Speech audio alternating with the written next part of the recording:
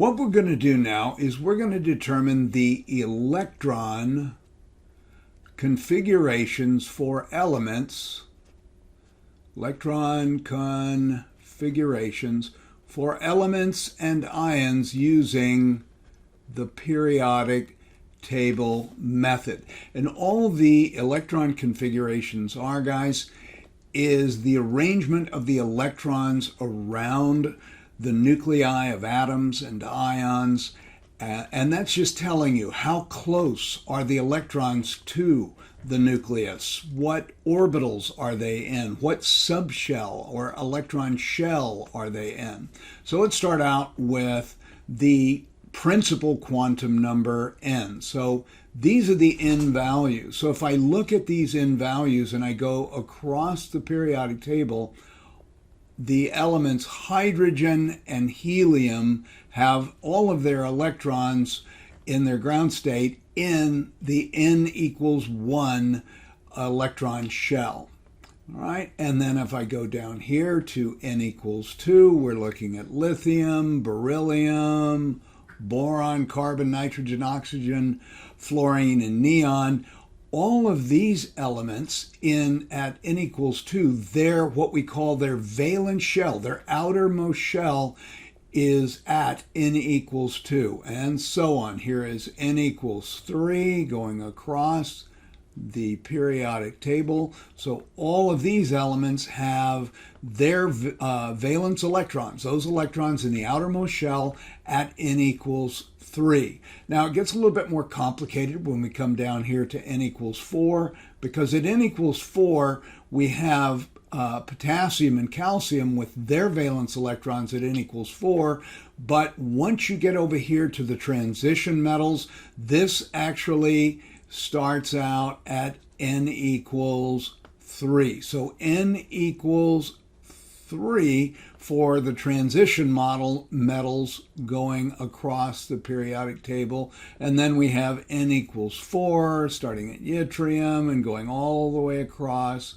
to cadmium, and then n equals 5. And then what we see here, this is actually called the 4F and the 5F, and these are inserted into this slot. If it weren't for the fact that we pulled the n equals 4F and the n equals 5F down below the periodic table would be much, much longer and really wouldn't easily fit on this particular page. But you can Google expanded periodic tables and you can see where they've taken the 4 and 5Fs and they've shoved them back up in here, and you can look at a periodic table that's arranged in that way. All right. So I don't think that that's going to be a big problem for us. One of the first things to notice are the areas or the subshells on the periodic table. This entire area outlined in red here we call the S block. So you remember that L equals 0, L equals 0, that's an S, and so everything in the S block has an L value of 0. If we go over here to the P block, that's L equals 1. That's a P. So this subshell over here, all these elements that are inside this green outline here, they're in the P block. They have L values of 1. For the D block, that's L equals 2. That's a D. And so all these transition metals that are listed inside this blue area, those are in the D block. They have L values of 2. And then we have the F block. And the F block, that's L equals 3. That is an F. All right, so what is the value of N and the value of L for a 5S? For N, the way we've set this up, this is the N value, and this is the L value. Well, this is pretty straightforward. N equals 5, and you know that L equals 0 equals an S. So if you're given a 5S, you're saying that n equals 5, and L equals 0. So the correct answer here would be D. Let's take it a little bit further. What if we have something like a 4p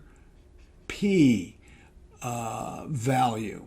Well, this would simply be n equals 4 and L equals 1. That is our system. And this is the electron configuration for phosphorus, which is 1s2, 2s2, 2p6, 3s2, and 3p3. Okay, here is a clicker question for you. In an atom, what is the maximum number of electrons it can have the quantum numbers n equals 4 and m sub s equal 1/2? So in order to analyze this, you need to understand what it is that we're talking about here. So if n equals 4, that's your electron shell. So this would be the shell that you're talking about. All the orbitals that are in the n equals 4 electron shell.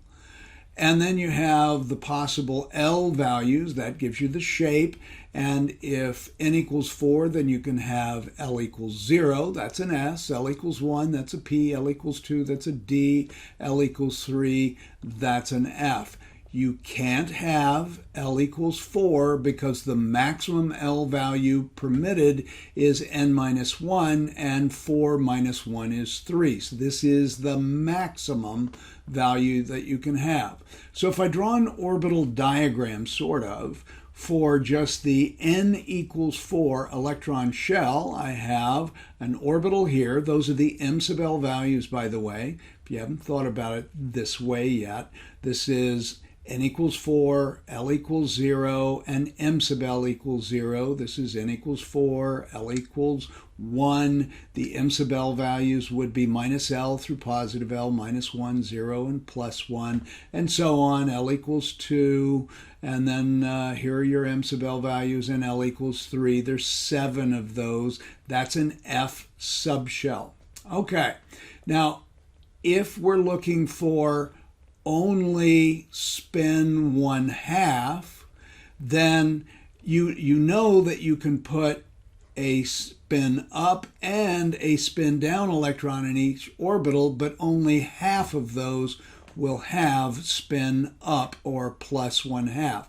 So that would simply be the same number as the orbitals. 1, 2, 3, 4, 5, 6, 7, 8, 9, 10, 11, 12, 13, 14, 15, 16 orbitals, and that means that half of all the electrons that would be in those orbitals would be spin up. So that means that the answer is C, for 16 electrons that could have the quantum numbers n equals 4 and spin up, or 1/2. Now, there's an easy way to do this.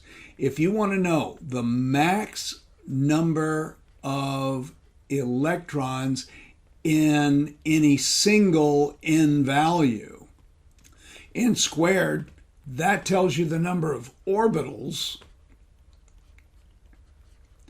And so in our case, this would be 4 squared, and 4 squared is 16. And if you want to know the number of electrons, you would do 2 times n squared.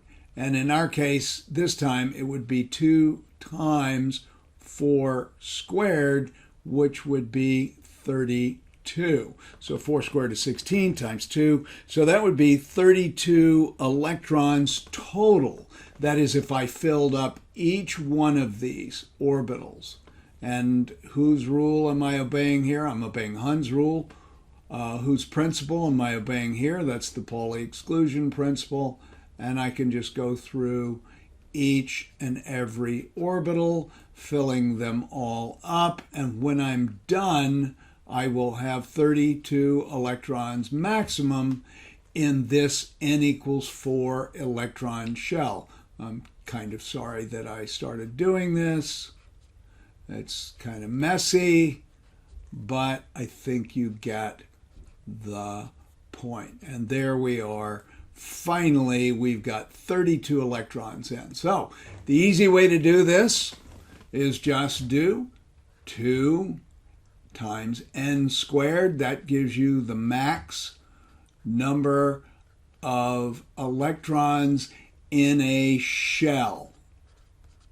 Okay, so if I were to give you n equals 5, and I were to ask you what is the max number of electrons you can have in an n equals 5 electron shell, you would just do 2 times 5 squared. 5 squared is 25 times 2, that's 50 electrons max.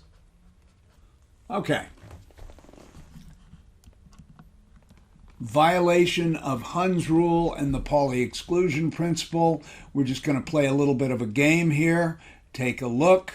You're going to tell me when we violate which one of the rules that we're actually violating. Either Hund's rule, which says that for degenerate orbitals, and degenerate orbitals, guys, are the orbitals that have 3 or more orbitals that are all at the same energy. And I say 3 because the first time you get more than one orbital at the same energy level is at L equals 1. That's a p subshell, or a set of p orbitals, -1, 0, +1. The next time you get one is at a d, where you have L equals 2. There's 5 of those. And then L equals 3. That's an f subshell. So let's go ahead and do that. So here we go. We've got, there's 1s1, that's hydrogen, there's helium. So far, we've obeyed the Pauli exclusion principle. Here's our first opportunity to violate Hund's rule. Let's see if we do. Nope, didn't violate it. Let's see if we obey the, we violated what? Right here. We didn't violate Hund's rule. We obeyed Hund's rule, but we violated the Pauli exclusion principle.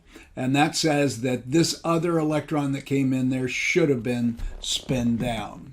Okay, so let's move on. Let's try it again. Here is our orbital diagram. There is 1s1. There is 1s2. That's helium. This is 1s2, 2s1, that's lithium, and then here's beryllium. Let's see if we violate the Pauli exclusion principle. Nope, we've obeyed the Pauli exclusion principle. So it says the lowest energy electron configuration for degenerate orbitals is to have all these electrons in the spin-up configuration. Let's see if, nope, there's neon, 1s2, 2s2, 2p6, that's neon. Okay, there's sodium. Okay, we're going to get an opportunity here. And voila. All right. So this is a violation of the Hund's rule. And the reason that it is because this electron, if we'd obeyed Hund's rule, should have been spin up over here in this degenerate orbital next door. To this other orbital. And that's because these orbitals are all at the same energy. Just think of yourself, there's 3 houses on a street and 3 roommates are going to occupy the houses. Do you want to put 2 roommates in one house, or do you want to put that other person and give them their own house? Which one is going to have the lowest energy? I think you know the answer to that.